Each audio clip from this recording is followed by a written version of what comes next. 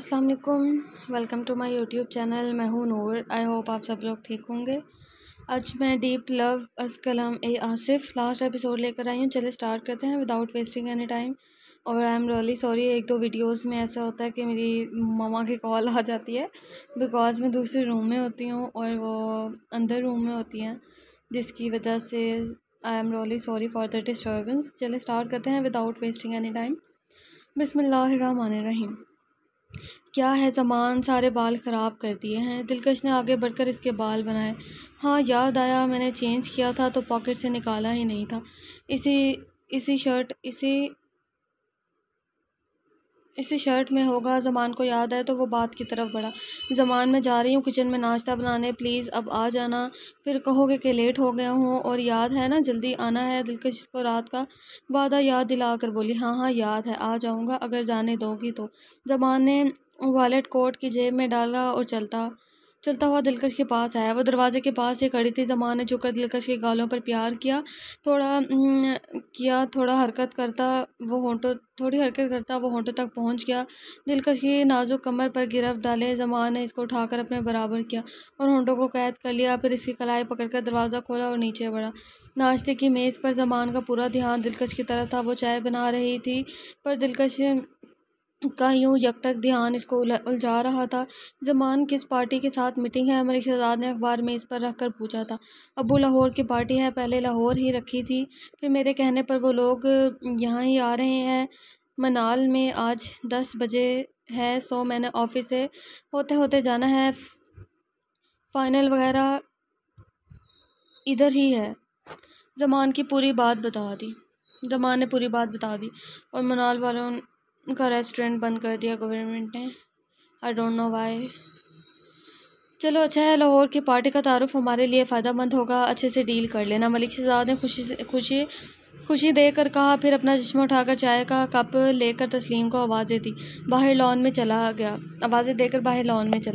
दिलकश चाय बनाकर वापस किचन में घुस गई थी। ज़मान बस निकलने वाला था और इसको तलाश करता किचन में आ गया। अपने ध्यान कैबिन खोलकर खड़ी थी। ज़मान ने दबे कदम जाकर इसको पीछे से हक कर लिया, हाथ इसके गिर्द डाले वो पास हुआ। ज़मान, क्या हो गया है?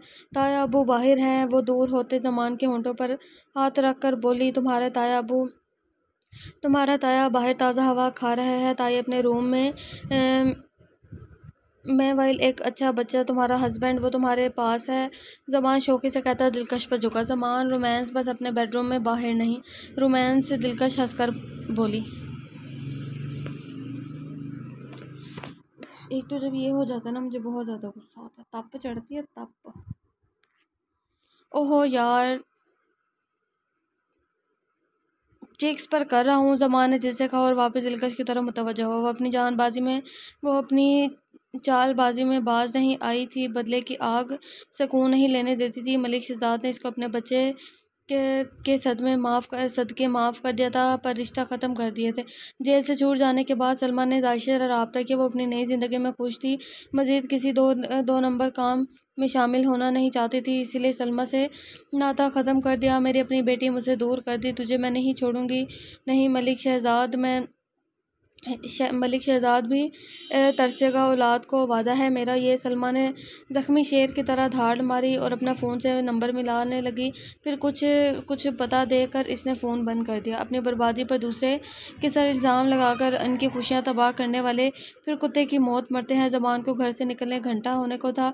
दिलकश ने हर 10 मिनट बाद इसको कॉल की थी। वो पहले भी बाहर जाता था, पर आज इसका दिल बोझल था। वो परेशान थी, न जाने क्यों। पिछली बार जब इसको ये महसूस हुआ था, तब मलिक शहजाद ने एन बारात वाले दिन सीन बना दिया था और अभी वो सब सोचकर नीचे नीचे घूम रही थी। अब फिर वो कॉल मिलाई थी पर मिल नहीं रही थी। परेशानी के आलम में दिलकश का बुरा हाल हो रहा था। ज़मान को कॉल भी नहीं हो रही थी। इसने फ़ोन ज़मीन पर पटकना चाहा। इधर से ज़मान का नाम स्क्रीन पर देखकर दिलकश को थोड़ा होश आया। क्या है, कहाँ हो? कॉल्स क्यों पिक नहीं कर रहे थे? ज़मान, वापस आ जाओ। अभी मेरा मन डूब रहा है। पता नहीं, अल्लाह ना करे कुछ। ज़मान, सुन रहे हो ना, प्लीज़ वापस आ जाओ। दिलकश यकसा बोलती गई। बेबी, इट्स ओके, कुछ नहीं होना होगा, परेशान नहीं हो। मैं बस 15 मिनट बाद तुमको फेस टैग करता हूँ। फेस चेक करती हूँ, आई थिंक वीडियो कॉल करता हूँ। अभी मीटिंग शुरू होने वाली है। दिलकश मैं बिल्कुल ठीक हूँ, तुम रूम में आराम करो, बस मैं आ रहा हूँ। जमान इसको नॉर्मल कर रहा था। प्रॉमिस मी तुम ठीक 15 मिनट के बाद कॉल करोगे? दिलकश ने जिद करते पूछा था। हाँ मेरी जान, बस 15 मिनट, चलो रेस्ट करो। नहीं बल्कि पैकिंग करो, हम हनीमून पर जा रहे हैं, बाकी आकर बताऊंगा। जमान ने कहकर कॉल काट दी। जमान जमान दिलकश इसको पुकारती रह गई। इसकी बात पर अमल करते उठकर अपने रूम में चली गई, पर ध्यान जमान पर ही था। ताहिर क्यों ना हम भाई साहब और भाभी की दावत रख लें, ऐसी इसी बहाने जमान और दिलकश भी मिल जाएंगे।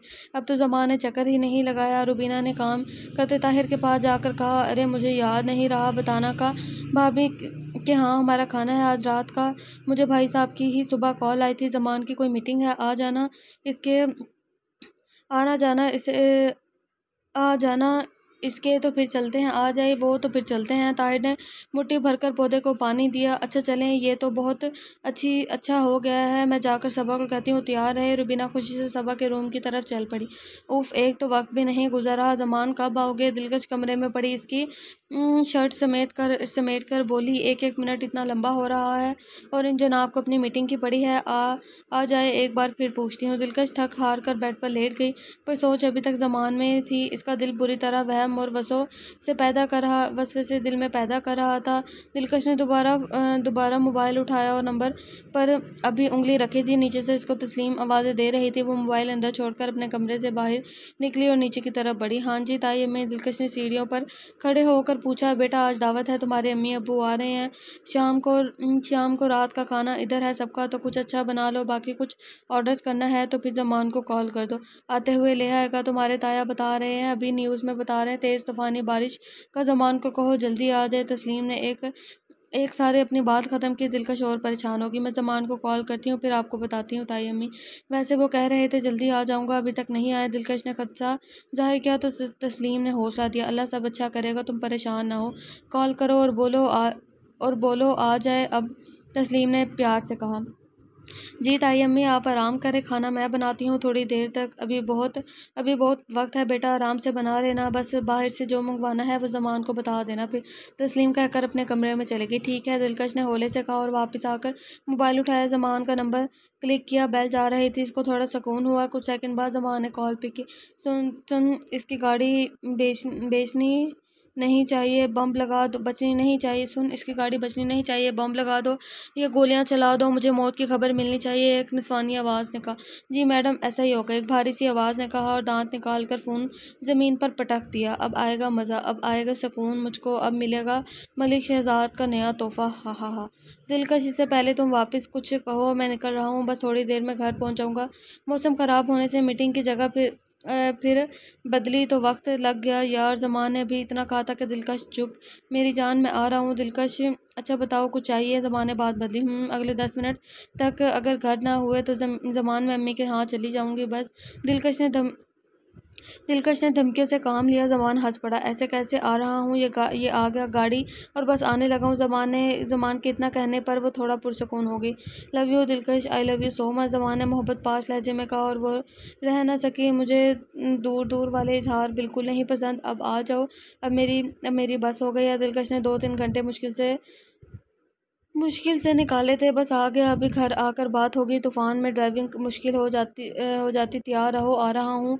ज़माने कहकर कॉल बंद कर दी। सामने फूलों की शॉप से दिलकश के लिए एक प्यारा सा बुके लिया और अपनी मंजिल पर निकल गया। बहुत गाड़ी की ब्रेक निकाल दी है और डिग्गी में बम लगा दिया है। गाड़ी की स्पीड तेज़ होते ही गाड़ी फट जाएगी। ज़बरदस्त, बहुत अच्छा किया। अब बस खबर देनी है, मौत की खबर। जी सर जी, वो बच्चे का बिल्कुल भी नहीं है, वो बिल्कुल भी नहीं बचेगा। हा हा हा। अच्छा है, हमको रकम ही इसकी मौत की मिलनी है। अपने आदमी लगाओ, लाश तक नहीं मिलनी चाहिए। जी बॉस अभी करता हूँ। अंधेरे से भरे कमरे में प्लानिंग चल रही थी। देखते ही देखते एक खौफनाक धमाका हुआ और गाड़ी फट गई। आग की लपेट में आई गाड़ी, पूरी सड़क पर धुआं ही धुआं हो गया था। रेस्क्यू की गाड़ियाँ मौके पर पहुँच गई थी, पर आग को लपेटों पर काबू पाना मुश्किल हो गया था। आसपास की ट्रैफिक भी जाम होने लगी थी। नुकसान काफ़ी हो गया था। 1122 के साथ फायर ब्रिगेड भी आ गई थी। मेन रोड था, ट्रैफिक जाम ज़्यादा देर और नुकसानदेह था। ये सारा मंजर देखकर एक आदमी ने पूरी रिपोर्ट पीछे दी, जिसको सुनकर सब खुशी छा गई। पक्का काम किया है या नहीं बचेगा? अब रकम भी मोटी छोटू फ़ोन मिलाओ। जी बॉस अभी करता हूँ। एक लड़का भाग कर आया और नंबर मिलाने लगा। खुद को नॉर्मल रखने के लिए दिलकश किचन में आई और खुद को काम में मसरूफ़ कर लिया। इसने सब खाना सारा कुछ घर में ही बना लिया था। नज़रें बार बार गाड़ी पर जा रही थी। मीनाल से घर तक का सफ़र सिर्फ 1 घंटे का था और अभी 2 घंटे से ऊपर हो गया था। आ जाए एक बार पूरा पूरा बदला लूँगी, पर अभी इतना वक्त हो गया है। ताया अब्बू ने तूफ़ान वो बोलती हुई लॉन्च में आई और टीवी ऑन किया। बड़ी हेडलाइंस में इस्लामाबाद मेन रोड पर हुए हादसा की पट्टी चल रही थी। दिलकश के होशो आवाज़ उड़ गए थे। मलिक शहजाद और तस्लीम भी भागकर लाउंज में आए। दिलकश मोस्ट गिरने वाली थी। तस्लीम ने फौरी इसको थामा। मलिक शहजाद इसकी हालत देखकर फौरी बात घूमने की कोशिश करते हैं। अरे ज़मान से मेरी अभी बात हुई है, वो आ रहा है, अभी पहुंच जाएगा। बेटा तुम परेशान ना हो। क्या वाकई ताया अब्बू आपकी बात हुई है ज़मान से? दिलकश मलिक शहजाद की बात पर इसकी जानिब गई। हाँ बेटा, ट्रैफिक जाम है ना, इसकी वजह से इसको देर हो रही है। जाओ मेरा बेटा, जाकर तैयार हो, तुम्हारे अम्मी अब्बू आ रहे हैं। मलिक शहजाद ने सूरत हाल संभाली। ठीक है ताया अब्बू, दिलकश होले से कहकर लाउंज से निकले। शहजाद साहब आपकी बात हुई है ज़मान से? तस्लीम ने फिक्र से कहा। नहीं, इसका फ़ोन बंद है। मीटिंग हुई को घंटा हो गया है। मैं खुद परेशान हूँ, आखिर कहाँ है वो? अब ये खबर मेरा खुद दिल परेशानी से डूब रहा है। मैंने कहा है आदमियों से वो पता करे। मलिक शहजाद परेशानी से बोला। पर आपने दिलकश को और तस्लीम ने आधी बात की। बेगम अगर झूठ का कहता तो इसकी हालत तुम देख रही थी। वो सुबह से परेशान है, जब से इसकी शादी हुई है। कोई ना कोई मुश्किल बच्चों पर तो तुम सदका दो इनका, और मैं चाहता हूँ ज़मान खैर से आ जाए तो ये कुछ दिन शहर से बाहर घूम आए। मलिक शहजाद ने अपना खदशा जाहिर किया। बात आपकी ठीक है, अल्लाह करे ज़मान ठीक हो, तस्लीम ने कहा और जाकर वज़ू करने लगी। मलिक शहजाद कान को फ़ोन लगाए हादसे की तफसील लेने लगा था। इस पल वो धार सोफे पर गिरा जब इसको बताया गया वो गाड़ी जो तबाह हुई है वो ज़मान की थी। हाय अल्लाह। मलिक ताहिर अपनी फैमिली के साथ शहजाद हाउस दाखिल हुआ। मलिक से बात बाहर लॉन में था। ताहिर से मिला और इसको बाहर ही रोक लिया। सबा और रुबीना अंदर चली गई थी। क्या हुआ भाई साहब? ताहिर ने पूछा तो मलिक शहजाद ने इसको पूरी कहानी सुनाई। नहीं, ऐसा नहीं हो सकता भाई साहब, आप फिर पता करो, वो गाड़ी और होगी। ताहिर भी परेशान हो गया था। दोनों अभी बात कर रहे थे जब बाहर हारन हुआ। मलिक शहजाद भागा, पीछे ही ताहिर था। क्या हुआ है भाभी? रुबीना ने तस्लीम को परेशान देखकर पूछा। रुबीना, मेन रोड पर धमाका हुआ है, ज़मान इस गाड़ी में था, इसका कोई पता नहीं है, ना कोई खबर है, ना राब्ता हो रहा है, और शहजाद साहब बहुत परेशान है। दिलकश कोई 100 बार ज़मान का पूछ रही है तो तुम्हारे भाई ने झूठ बोल दिया। मेरी बच्ची अलग परेशान है, तस्लीम ने आंसू साफ करके कहा। सब सुनकर रुबीना भी रोने लगी। भाभी अल्लाह करे वो गाड़ी ज़मान की ना हो, अल्लाह करे। रुबीना अल्लाह करे। ताई अम्मी आप ही? सबा ने पूछा। बेटा वो अपने कमरे में है, जाकर देखो इसको। सुनो, इसको कुछ मत बताना, तस्लीम ने कहा। ठीक है ताई अम्मी, सबा कहकर सीढ़ियाँ चढ़कर दिलकश के रूम की तरफ बढ़ी। वो गाड़ी ज़मान की नहीं थी, पर अंदर से वही निकला था। मलिक शहजाद ने भागकर इसको गले लगाया। ताहिर इसको सहारा देकर अंदर ले आया। ज़मान कैसे हुआ? मलिक शहजाद ने नम आंखों से पूछा। अब्बू बस आपकी दुआओं से बच गया। इसके चेहरे पर खून लगा हुआ था, बाजू और सीने पर भी खून था। एक टांग पर जख्म से पैंट फट गई थी और शर्ट भी ऐसी ही थी। ताहिर इसको सहारा देकर लॉन में ले आया। चाचू बस ठीक हूँ मैं। ज़मान ने ताहिर का हाथ पकड़ कर कहा। नहीं यार, कहाँ ठीक हो? मैं कॉल करता हूँ डॉक्टर को। भाई आप इसको अंदर लेकर जाओ, ताहिर ने कहकर फ़ोन निकाला और गाड़ी डॉक्टर को कॉल की। मलिक शहजाद ज़मान को पकड़कर अंदर दाखिल हुआ। जूँ ही वो अंदर आया, लाउंज में बैठी तस्लीम और रुबीना इसको जिंदा सलामत देखकर जहाँ खुश थी वहीं रोने लगी। ज़मान को काफ़ी चोट लगी थी। मलिक शहजाद ने लाकर इसको सोफे पर बिठाया। बताओ क्या हुआ था? अब्बू, गाड़ी में शायद किसी ने बॉम्ब लगाया था और ब्रेक निकाल दी थी। गाड़ी की स्पीड कम थी। मेन रोड पे मैंने 100 तक कर दी थी तो ब्रेक ना लगी। डिग्गी से टूटू की आवाज़ तेज़ हुई तो मुझे समझ आ गई थी। मैंने गाड़ी रोड से उतार दी और छलांग लगा दी, पर गाड़ी के हाथ से नुकसान तो हुआ पर लोगों की जान बच गई। मेरे तो बस ये सब रगड़े लगी हैं। ठीक हूँ मैं। ज़मान ने सारी कहानी सुनाई। जिसने भी किया है छोड़ूंगा नहीं, मलिक शहजाद जलाल से कहता हुआ पुलिस स्टेशन कॉल करने लगा। अम्मी, दिलकश? ज़मान ने पूछा। बेटा इसके सामने इस हालत में मत जाना, वैसे ही मर जाएगी। तुम अपने अब्बू के कोई भी कपड़े पहन लो, ऐसे मत जाना, वो कब से इंतज़ार कर रही है, तस्लीम ने बताया। अच्छा, मैं अब्बू का कुर्ता पहन लेता हूँ। ज़मान आहिस्ते से चलता हुआ तस्लीम के साथ कमरे की तरफ बढ़ गया और खून से भरे कपड़े उतारकर मलिक शहजाद का लाइट सा कुर्ता पहनकर बाहर निकला। सबा नीचे आई तो ज़मान को देखकर खुश हो गई। भागकर इसकी गली लगी। भाई शुक्र है आप ठीक हैं। उफ, आप ही ने ऊपर रो रो कर बुरा हाल किया हुआ है। दिलकश रूम में है? ज़मान ने पूछा और सीढ़ियाँ चढ़ने लगा। हाँ जी, और आपका ही वेट हो रहा है, सबा ने बताकर खुद तस्लीम के साथ किचन में आ गए और खाना वगैरह देखने लगी। ज़मान आहिस्ता आहिस्ता चलता हुआ अपने बेडरूम की तरफ आ गया। नॉक करके वो जो ही अंदर दाखिल हुआ, दिलकश इसको देखकर रोने लग गई। ज़मान इसको देखकर पास हुआ और जितना पास हो रहा था वो पीछे जा रही थी। दिलकश ज़मान ने नाम लिया, तब वो भागकर इसके करीब आई और उसके गले लग गई। ज़मान, तुम इतने बड़े हो, इतने ज़्यादा तुमने वादा किया था और भूल गए तुम? दिलकश ने रोने से हिचकी बन गई थी। इसने दोनों हाथों से ज़मान के सीने पर मुक्कों की बरसात कर दी। फिर कुर्ते पर लगा खून, वो पीछे हुई। ज़मान, क्या हुआ है? खून क्यों? और तुम? कुर्ता कब? दिलकश की सारी बात आधी रह गई थी। इसने ज़मान के चेहरे को थामा। या अल्लाह! दिलकश ने होश खता हो गए थे। ज़मान ने इसको थाम कर अपने पास किया। कुछ नहीं हुआ, मैं ठीक हूँ। देखो, पास हूँ, बहुत पास, बस थोड़ी सी चोट है, लग जाती है ना। मेरी जान हो तुम। दिलकश, महसूस करो, बहुत बहुत हैं हम। ज़मान इसको नॉर्मल कर रहा था, पर दिलकश की आंखें से आंसू जारी थे।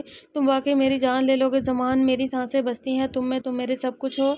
तुम ये कुछ घंटे दूर थे, मेरी दुनिया थम गई थी। ज़मान, तुम कैसे इतने बेध्यान हो सकते हो? दिलकश इससे अलग हुई और इसका चेहरा थाम कर चोट देखने लगी। ठीक हूँ यार, शुक्र करो बच गया हूँ, वरना वरना कुछ नहीं। सुन रहे हो? वरना कुछ नहीं। जो दिल करे बोल देते हो। चोट पर कुछ लगाया भी नहीं। ज़मान, क्यों मुझे मारने पर तुले हो? दिलकश ने इसको बेड पर बिठाया और फर्स्ट एड बॉक्स लेने जाने लगी तो ज़मान ने रोक लिया और इसको गोद में बिठा लिया। अभी मत जाओ कहीं, मेरे पास रहो। मुझे लगा था मैं तुमको फिर नहीं देखूंगा, अम्मी अब्बू से भी नहीं मिल पाऊंगा। चाचू चाची सबा, ज़मान ने हौले से बताया। दिलकश वापस रोने लग गई थी। तुम्हें कुछ होता तो बचना मैंने भी नहीं था। तुम जानते हो ये बात मेरे दिल को काफ़ी कल से परेशानी थी। तुम मानते भी नहीं। पर अब इन्हें जाओगे ज़मान, कहीं नहीं जाओगे।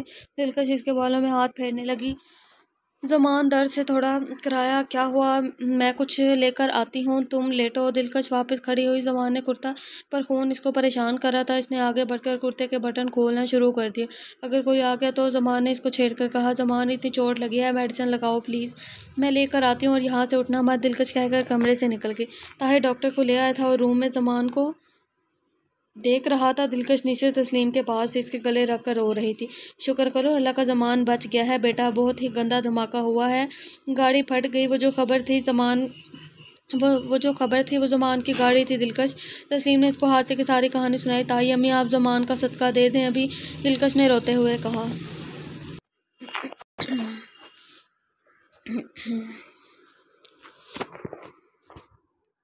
अच्छा, रूबीना पास आई तो दिलकश से मिली। सबा ने खाना वगैरह लगा दिया था। अम्मी आप खाना खाएं, मैं ज़मान को खिला दूं, इतनी चोट लगी और पता नहीं कुछ खाया था या नहीं।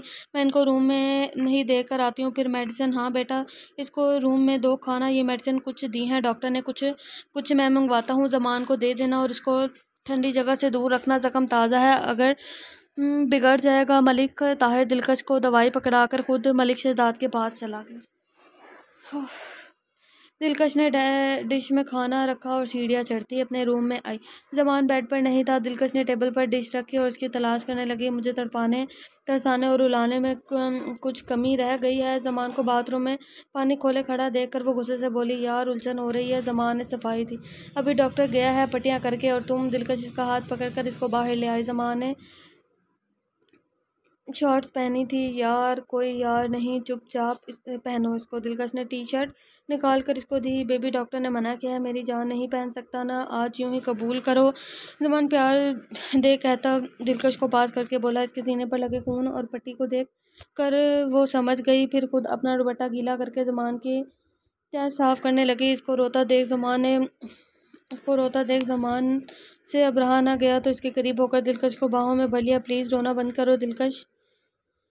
हाय, थक गई हूँ मैं बोल बोल के।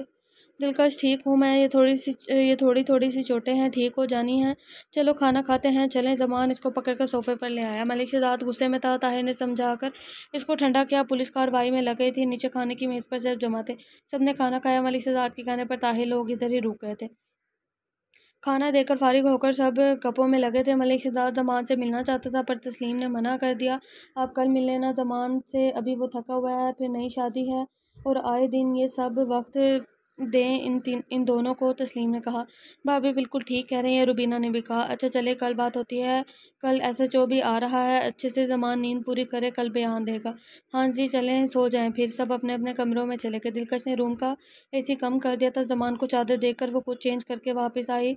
लाइट ऑफ करके खुद जाकर बेड पर लेट गई। ज़मान सामने सोफे पर बैठा इसको देख रहा था। तुम ऐसे सो लोगी? ज़मान ने शौक लहजे में पूछा और सोफे पर तकिया सीधा करने लगा। तुम्हें ठीक करने के लिए मैं तुमसे दूर दूर रह सकती हूँ, अगर तुम सामने होंगे तो। दिलकश ने इसकी तरफ करवट कर ली थी और वो ज़मान की आंखों में देखकर बोली, अब तुम तड़पा रही हो। डॉक्टर ने AC के आगे सोने से मना किया है, ये नहीं कहा अपनी बीवी के साथ मत सोना। ज़मान कहकर उठा और चलता हुआ इसके पास है। ज़मान प्लीज़ नहीं, मान जाओ ना। दिलकश इसको दूर करते हुए बोली, नहीं मुझे यहाँ सोना है तुम्हारे पास, तुम्हें हक करके कुछ नहीं होगा। हाँ अगर यूं ही अलग सो गई तब कुछ हो सकता है। ज़मान जिद करता कंबल उठाकर इसकी बाजों को क्रॉस करता अंदर आ गया और दिलकश को हक कर ली। ज़मान दिलकश इसको बस पुकारती रह गई और उसके पास बाहों में आ चुका था। दिलकश अलग ना कर सकी। तुम। ज़मान थोड़ा उठा और उसके होंठों को कैद कर लिया। दिलकश का दुपट्टा दूसरी जानिब रख कर वो बोला, बहुत तंग किया ना तुम्हें, सॉरी मेरी जान, अब ऐसा नहीं होगा कभी भी। दिलकश ने प्यार से ज़मान को देखा और वो इसके पास था, इतना पास कि वो उसकी सांसों को सुन सकती थी। अपने पहलू में लेटे शख्स को देखकर वो खुश थी।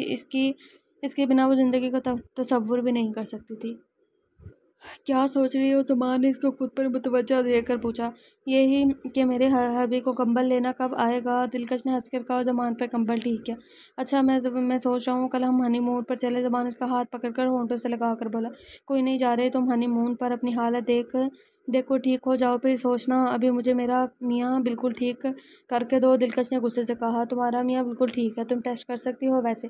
ज़मान इस पर झुककर बोला, कर चुकी हूँ टेस्ट और सारे टेस्ट पॉजिटिव हैं, अब प्लीज़ हो जाओ ना। इसकी आंखों पर हाथ रखकर दिलकश ने शर्म से कहा। ज़मान हंस पड़ा। ज़मान इसके कानों में राज खोल रहा था और दिलकश के पास सिवाय इसके करीब करीब होने की जगह के दूसरी जगह न थी। रात गुजर रही थी, दोनों एक दूसरे की पनाहों में कब सो गए पता ही ना चला। ज़मान ने घर आने पर दिलकश ने की आंख खुली। दिलकश थोड़ा सा उठी और तकिया ऊंचा करके बेड से टेक लगाकर बैठ गई। ज़मान के बालों में हाथ फेरे वो इसको सुला रही थी। दर्द की वजह से ज़मान की आंख खुली। अपने पहलू में दिलकश को ना देखकर वो फौरी उठने लगा। दिलकश ने झुककर इसके माथे पर होंठ रख दिया। पास हूँ, मैं यहाँ ही हूँ। ज़मान प्लीज़ सो जाओ, पहले ही इतनी चोट लगी है, अब जिद करके यहाँ लेट गए, दर्द तो होगा ना, अब ऐसे सो जाओ। दिलकश होले से कह रही थी। दिलकश ऐसे। ज़मान ने चेहरा उठाकर इसको देखा तो वो हंस पड़ी। अच्छा मेरी गोद में सर रखो और सो जाओ। दिलकश ने कदरे प्यार से कहा। यार अब तो सर्दी भी लग रही है। ज़मान ने जमाई ली और दिलकश का हाथ पकड़कर गाल नीचे रख लिया। ज़मान कभी मेरी मान लिया करो। वो थोड़ा नाराज़ हुई। ठीक है तुम जैसा कहो। ज़मान ने कंबल उठाया और बाहर निकल गया।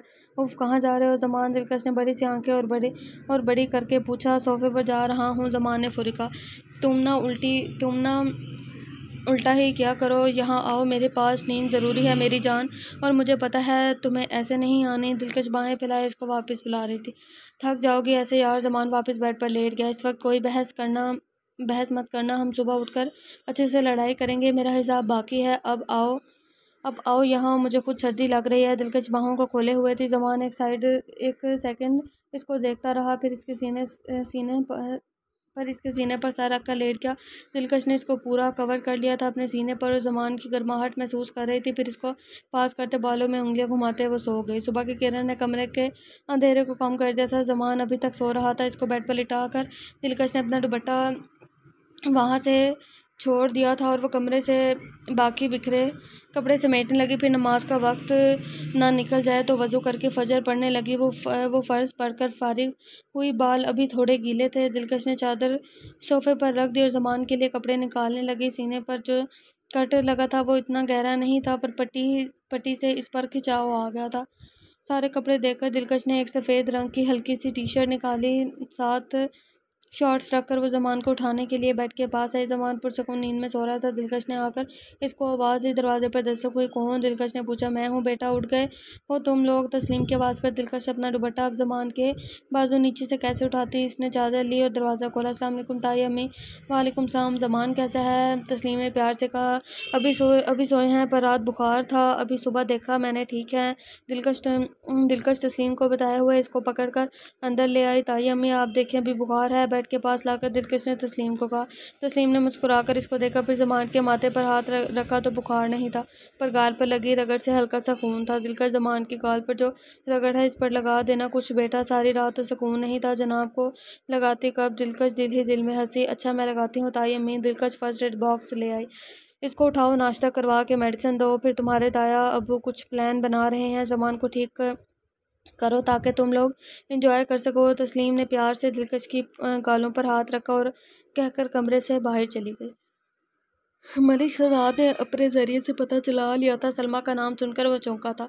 कहीं ना कहीं इसको पता था कि शायद वो दुश्मन यही हो। मलिक शहजाद ने इससे मिलने से इनकार कर दिया था। पुलिस ने छापा मारा, सलमा समेत वो सब गुंडे पकड़े गए थे। उन्होंने अपनी गवाही देकर सलमा का केस और पक्का कर दिया था। अब इसको कोई बाजियाब नहीं करवा सकता। मलिक शहजाद खुशी से अपने ऑफिस से निकला, जो घर पर ही एक कमरा बनाया था। मलिक ताहिर को खुशी की खबर सुना रहा था। हर एक को अपने किए का फल खाना पड़ता है। हमने तो बड़ी बहन का दर्जा दिया था, पर वो हमको खा गई। लालच और हसद से कभी किसी का कुछ नहीं बना हो जो सलमा का बनता। भाई साहब, ताहिर ने कहा। हाँ ताहिर, बस मुझसे गलती हो गई, और वही गलती हमारे बच्चों पर बार बार साया बनकर घूमती रही। शहजादा दिल का शर्मिंदा हुआ। अंत भला तो सब भला भाई साहब। अभी तो हमने खुशियाँ देखनी हैं। ताई ने खुश होकर शहजाद को गले लगाया था। भाभी, हम फिर चलते हैं, रात से इधर ही रुके हैं। रुबीना किचन में नाश्ता बनाती तस्लीम के पास जाकर बोली, अरे क्यों भाई, तुम लोगों का अपना घर है, जितना मर्जी रहो, पर अभी मत जाओ। आज शाम को दिलकश और जमान हनीमून पर जा रहे हैं, मैं अकेली हो जाना है, इधर रहो तुम। पर भाभी, जमान की तबीयत ठीक हो जाएगा, मौसम और हवा बदली तो वैसे भी मुझे रौनक चाहिए, अकेली हूँ। दादी बनूँ, मेरे घर नन्हे कदमों की आहट हो, तुम नानी बनो, हमारी नस्ल की नस्ल बढ़े। तस्लीम ने हंसकर कहा, हाँ भाभी, नानी दादी होने का सुकून ही अलग है। हाँ तो और क्या, इधर हम हैं ना, ये जाएं घूम आए। मैं तो बहुत बेसब्र हो रही हूँ, कब खुशी की खबर दे मेरी इकलौती बहू। तस्लीम ने आगे बढ़कर रुबीना को गले लगाया। इनको पता ही नहीं था दिलकश पीछे खड़ी है और जमान के लिए गर्म पानी की बोतल लेने आई थी। सब बातें सुनकर वो शर्म से वैसे ही अपने कमरे में भागी। वो तेजी से अंदर आई और दरवाजे को लॉक लगा दिया। जमान की आंख खुल गई, इसने दिलकश को देखा, वो इसे नजरें चुरा रही थी। क्या हुआ, सब ठीक है? जमान जल्दी से उठा और इसके पास आ गया। दिलकश तो पहले ही शर्मा रही थी। हाँ सब ठीक है, तुम फ्रेश हो जाओ, फिर लंच करो। दिलकश खुद को नॉर्मल कर रही थी। अगर सब ठीक है तो तुम्हारी हवाइयाँ की छुट्टी है, क्या हुआ है जो लाल हो गई हो, जबकि मैं तो अब उठा हूँ। जमान शौकी से कहता है, इसे बाजू इसके गिर्द बाहों का हसार बनाकर खड़ा हो गया था। जमान, कुछ नहीं ना, प्लीज़ अब बात मानो। दिलकश ने हल्की सी मुस्कुराहट दबाए कहा, ये क्या? जमान की नज़र इसके गर्दन पर पड़ी, जहाँ सारा हिस्सा लाल हो रहा था। जमान ने हाथ बढ़ाकर दिलकश का दुपट्टा उतारा और बेड पर मारा। खुद इसके सीने और गर्दन पर बने निशान देखने लगा। दिलकश, मैंने मना किया था ना, कहा था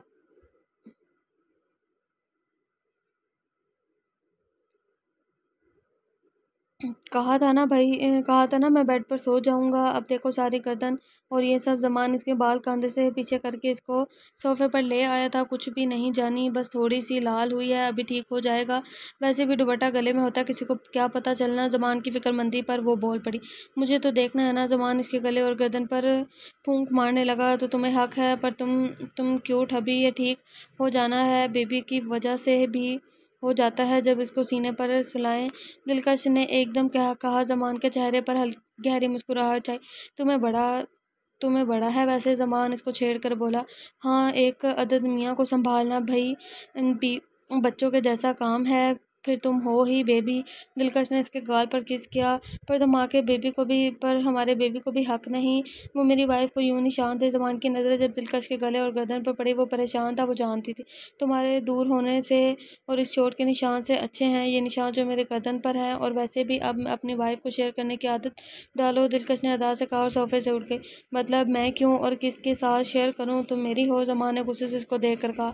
दिलकश इसको धक्का देकर बाथरूम तक छोड़ा ही खुद बेड ठीक करने लगी और अपना मुस्तकबिल सोच कर मुस्कुरा रही थी। कितना प्यारा एहसास है अपने आप जब आपके प्यार की निशानी आपके हाथों में सांस ले, वो छोटे से हाथ, पैर और आंखें। इससे पहले दिलकश ने बच्चों के बारे में नहीं सोचा था, पर अब वो अपनी फैमिली के लिए अपनी फैमिली बनाना चाहती थी जिसमें इसके बच्चे हों। पर ज़मान को कैसे बताए, इस पर वो थोड़ा शर्मा रही थी क्योंकि इसको बच्चे बहुत पसंद थे।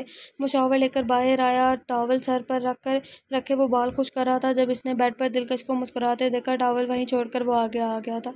कुछ तो बात है जो तुम छुपा रही हो और खुद इंजॉय कर रही हो, बताओ भी क्या बात है। ज़मान इसको सामने क्या था, है भाई, और नहीं भी, पर अभी मैंने एक किस दिया है। ज़मान, तुमको समझ आना चाहिए। दिलकश उठकर खड़ी हुई और ज़मान को टी शर्ट पकड़ाने बढ़ी। क्या दिलकश, बताओ भी। वो वापस इसके पास आ गया, टी शर्ट पकड़ कर पहनने लगा। खुद से ही पहनी ना गई तो दिलकश की मदद की। अब बताओ मुझे, अब नहीं छोड़ रहा मैं इसको। बाजू से पकड़कर ज़मान ने अपने साथ लगाया। दिलकश अब इसको मज़ीद तंग करने लगी। तुम वो चाहते थे, इस बात पर मुझसे थोड़ी सी लड़ाई भी हुई है।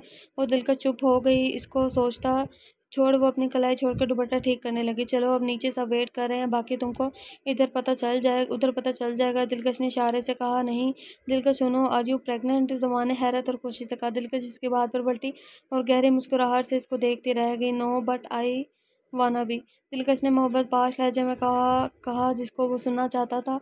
ज़मान तेज कदमों से इसके पास आ गया, दिलकश को पीछे से हाँक किया और इसको अपने पास कैद कर लिया। दोबारा कहो जो अभी कहा। ज़मान ने होले से कहा, इसके कान में कहा। ज़मान, दिलकश तिल मिलाकर बोली, सुनना है मुझे, कहो भी अभी। ज़मान अपनी बात पर रुक रहा। आंखें बंद करो। दिलकश ने इसके हाथों पर हाथ रखे। ज़मान ने आंखें बंद कर ली। दिलकश पलटी और सीधा होकर इसके कान के पास होकर बोली, हाँ मुझे हमारी फैमिली चाहिए, हमारे बच्चे जो हमें पूरा कर दे, हमारे प्यार की निशानी। जो तुम चाहते हो वो मुझे चाहिए। दिलकश ने जैसे जैसे कहती गई, ज़मान के चेहरे पर खुशी के रंग छा गए। दिलकश ने कहकर इसको टाइट हक कर लिया। ज़मान भी अपने जख्म भूल गया और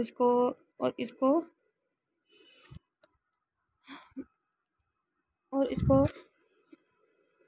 बाहों में लेकर हंसता चला गया। भाभी, बच्चे नहीं उठ गए थे। ज़मान को उठा रही थी। दिलकश आते होंगे, चलो अब नाश्ता करो। तस्लीम रुबीना को लेकर बाहर लाउंज में आई। अभी वो सब वहाँ बातें कर रहे थे। दिलकश और ज़मान भी आ गए थे। ज़मान ने वही सफ़ेद टी शर्ट और शॉर्ट्स पहनी थी, जबकि दिलकश ने हल्का कच्चा पीला फ्रॉक पहन रखा था जिस पर काम हुआ था हल्का सा मेकअप। वो बहुत प्यारी लग रही थी। ज़मान इसका हाथ पकड़ कर चलता हुआ सोफे पर आकर बैठ गया। दिलकश इसके लिए नाश्ता बनाने किचन में चली गई। वो बार बार इसको ही देख रहा था। ये चीज़ अब सब नोट कर रहे थे। अपने बेटे की बेकरारी देखकर तस्लीम ने दिलकश को आवाज़ दी, दिलकश तुम आ जाओ, नाश्ता सबा बना देती है। ज़मान, पास बैठो आकर। ज़मान के पास बैठो आकर। दिलकश को समझ लग गई थी। वो अपनी मुस्कान छिपाया आकर सोफे पर बैठ गई और ज़मान से उलझने लगी। सब्र भी कर लिया करो, नाश्ता भी बनाने दिया करो। और जब ऑफिस भागते थे तब नहीं याद आती थी यहाँ बैठी रहो चुपचाप। ज़मान ने आंखें निकाल कर कहा, सुकून करो, नाश्ता करो, फिर देखना आंखें फुर्सत में देखेंगी। दिलकश इसकी उंगलियों से हाथ हटाकर वापस किचन में घुस गई। ताई अम्मी, मैं कॉफ़ी बना दूँ? ज़मान को भी आ जाती हूँ। ठीक है बेटा, अपने शौहर से पूछ लो, जाने देता है तो जाओ बना लो जाकर। तस्लीम और रुबीना हंस पड़ी। वो शर्मिंदा से किचन में चली गई थी। नाश्ता करके सब बैठे बातें कर रहे थे। मलिक शहजाद को कुछ याद आया तो फौरी अपने कमरे की तरफ भागा और वापस आया तो हाथ में एक पैकेट था जो लाकर ज़मान की तरफ बढ़ाया दिया। ज़मान ने हैरत से वो पैकेट खोला। अंदर पेपर थे जो ज़मान ने दिलकश की तरफ कर दिए थे। वो परेशानी से इन पेपर्स को कभी ज़मान और कभी मलिक शहजाद को देख रही थी। डरते हुए इसने पेपर्स बाहर निकाले तो वही ज़मीन के थे जो ज़मान ने दिलकश के नाम कर दी थी। दिलकश की सांस बहाल हुई। ज़मान को इसका डर समझ गया था। वो इसकी उंगली थाम कर बैठा था। दिलकश ने तमाम पेपर्स देखे तो वापस मलिक शहजाद को दे दिए। ताया अबू, मुझे इसकी ज़रूरत नहीं है। अरे बेटा, ये तुम्हारा हक महर है, ये रखना पड़ेगा, खुद रखो। अपने शौहर को पकड़ाया अपने अब्बू को, पर आज से ये सब कुछ तुम्हारा है। मलिक शहजाद ने प्यार से दिलकश के सर पर हाथ फेरा। वो फिर खामोश हो गई। अच्छा, मेरी तरफ से भी कुछ है? तस्लीम उनको चुप बैठा देखकर बोली। अब आपने क्या देना है? ज़मान शरारत से बोला। मैंने तुम दोनों को छुट्टी देनी है, जाओ मरी घूम आओ, मौसम अच्छा हो रहा है, अपनी बीवी को कहीं दिखा दोगे। मरी, तुम तो कहते मैं मरी तभी जाऊंगा जब मेरी शादी करवाओगे। अब कर ली शादी तो मेरी बहू को घुमा लाओ। तस्लीम इसकी पुरानी बात याद कर हंसी। भाभी भी भाई, हाँ भाई घूम आओ। मलिक शहजाद ने भी हामी भरी। बाकी सब कुछ कहने लगे थे पर अबू लाहौर वाली पार्टी, ज़मान का इतना कहना था, सबकी नज़रें इस पर दिलकश ने तो मुक्का भी दे मारा, मियाँ तुमको छुट्टी दी है मेरी बेगम ने, तुम अपनी बेगम के साथ इंजॉय करो, काम होता रहेगा और बेफिक्र रहो, सदीक देख लेगा। अच्छा चलें फिर हम अपनी तैयारी करते हैं। जमान खड़ा हो गया, दिलकश का हाथ पकड़कर इसको भी खड़ा कर लिया। हाँ जाओ, ध्यान से जाना। सबकी दुआएं लेकर वो वापस अपने बेडरूम में पहुंच गए। कमरे में आते ही जमान ने बैग निकाला और कपड़े से भर लिया। दिलकश की रफ्तार पर हैरान थी। आखिर वो बस हफ्ते के लिए जा रहे थे। जमान ने साल के कपड़े बैग में डाले। हेलो, हम पूरी ज़िंदगी नहीं वहाँ रहेंगे। दिलकश ने इसकी सारी तैयारी देखकर कहा, तुम्हारी भी साथ ही रखे हैं यार। जमान थक कर बैठ गया। ध्यान से करना था, तूफान मचाकर अब हो रहा है ना दर्द, सुकून तो तुम्हें बिल्कुल भी नहीं है। दिलकश ने वापस बैग तैयार किया। सब करके इसने बैग कमरे के बाहर रख दिया। क्यों? जमान ने इसको देखा था कि तुम और कुछ ना भर दो अंदर। अब बताओ क्या पहन रहे हो? मुझे भी चेंज करना है। और प्लीज़ जमान, शॉर्ट्स मत रखना, फाड़ देनी मैंने सारी या आग लगा देनी है। वो तब कर बोली, तुम निकाल दो। फिर जमान ने हथियार डाले। दिलकश ने ब्लू कलर का पैंट कोट निकाल कर जमान को दिया, जो खुद हल्के काम की बनी साड़ी निकाली। दोनों थोड़ी ही देर में तैयार थे। यार हनीमून पे साड़ी कौन पहनता है? मतलब मरी वगैरह जाना है तो साड़ी कौन पहनता है? वो अपनी साड़ी का पल्लू ठीक कर रही थी। जमान जो इसको देख रहा था पास आया। तुम्हारे अलावा मैंने कभी किसी का नहीं सोचा, और तुमसे प्यारा मुझे कोई नहीं मिला। दिलकश, जमान तुम मेरी ज़िंदगी हो, मेरी जान। वो जाने को तैयार थे जब जमान ने दिलकश को बाहों में जकड़ लिया। इसकी बाहों में झूलती हुई दिलकश अपने हाथ जमान की गर्दन से लपेट कर मुस्कुराई। तुम मुझसे इश्क हो गया है, अब बस मेरे पास रहो हर लम्हा, खुद से दूर जाने नहीं दूंगी। भूल जाओ अब तुम्हारे काम, तुम सिर्फ मेरे हो। जमान के करीब आकर वो होले से इसके कान में कहती अपने होंठों को इसके कान के पास लाई और निशाने मोहब्बत देकर गले लग गई। अपने कान पर दिलकश की गर्म सांसों की गर्माहट से जमान ने हाथ बढ़ाकर इसकी कमर पर गिरफ्त मजबूत कर ली और वो कटी पतंग की तरह झूलकर इससे लिपट गई। जमान, अब सोच लेना हनीमून पर जाना है या नहीं। 1 इंच भी और पास हुए इस सूट बूट से जाओगे। दिलकश ने खुमारी से कहा। और थोड़ी पर किसकी? जमान ने अपनी गिरफ्त और गहरी कर दी। इसकी साड़ी का पल्लू अब निकल गया। कोरे बदन पर जमान की चलती उंगलियां मजीद आग लगा रही थी। साड़ी मत पहना करो, कंट्रोल का हर लेवल पार हो जाता है। जमान इसकी कमर पर आहिस्ता आहिस्ता उंगलियां घुमा रहा था। दिलकश अपने बाहों में फैल गई थी। कौन कह रहा है कंट्रोल करो? आपके निकाह में हूँ, आपकी वाइफ, और आपको पूरा हक है। दिलकश ने एक अदा से कहा। जमान इसके चेहरे पर झुका और फिर झुकता ही गया। 2 घंटे के सफ़र के बाद वो लोग मरी में थे। हल्की बर्फ़बारी हो रही थी। जमान ने अपने दोस्त का घर लिया था। इसकी फैमिली कराची होती थी, तो ये लोग इसके घर जो मरी में था रुके। दिलकश ने साड़ी पहन तो ली थी, पर इसी सर्दी में वो कांप रही थी। जमान इसे गोद में लिए आग के पास बैठा था। चलो अभी बॉडी नॉर्मल करता हूँ, इस आग से कुछ नहीं होता। एक तो रंग गोरा, ऊपर से साड़ी, और अब नीली हो रही हो। इतना भी जालिम ना हो कोई। जमान इसको गोद में उठाकर कमरे में ले गया। पैर से दरवाज़ा बंद करके इसने सब लाइट्स ऑफ कर दी। 1 साल बाद जमान उठो और संभालो जाकर अपने बेटे को। इधर बाप की नींदें पूरी नहीं होती, इधर वो जनाब सोता ही नहीं है। कंबल उठाकर दिलकश ने जमान को उठाया। क्या हो गया है? जाने मन सो जाएगा, मैं भी नहीं सोता था, अम्मी से पूछो। जमान ने सुकून से कहा और वापस कंबल तान लिया। पता था मुझे बच्चों का शौक़ इतना है। संभाल एक नहीं होना बस, और बच्चे 9। दिलकश ने लंबा सांस लिया। जमान झट से उठा, कमरा लॉक किया, रायान को गोद लिया और आकर बैठ गया था। यार तो सो गया है? जमान ने दिलकश की तरफ देखा। वो थकी सी महसूस हुई। रायान को बेड पर लिटाकर जमान ने दिलकश को खींचा और वो बेध्यानी में इसके ऊपर गिरी। क्या है जमान? दिलकश की आधी बात पर वो खा गया था। I love you so much मेरी वन एंड ओनली। मुझे पता है तुम रात नहीं सोई, मैं भी नहीं था। अब तुम सो जाओ, रायान को मैं संभालूंगा। दिलकश को गुस्सा इसकी बाहों में ख़त्म हो गया था। इसने अपना सर जमान के सीने पर रखा और आंखें बंद कर ली। जमान, खबरदार, जो रात को बाहर रुके, ठीक है? अंदर जो काम होगा दिन में रात सिर्फ तुम्हारी और रायान की। अभी तो मुझे बेटी चाहिए। जमान ने इसको तंग करना शुरू कर दिया था। दिलकश की नींद उड़ गई। जमान, मारना है मुझे? हाँ ना, पर प्यार प्यार से प्यार करके। ज़मान ने इसके नाजुक बदन को अपने बाहों में लिया और फिर कानों में सरगोशी करने लगा। गुजरते हर पल के साथ वो जितना करीब आ चुके थे इतना ही एक दूसरे पर हक रखते थे। लाइफ रोलर कोस्टर की तरह भागती है। किस मोड़ को कर कितना एंजॉय करना है वो आप पर होता है। ये सफ़र वापस नहीं होता। दिलकश ज़मान का डीप लव मरी की वादियों में परवान चढ़ा। जब 3 हफ्ते बाद इन दोनों ने गुड न्यूज़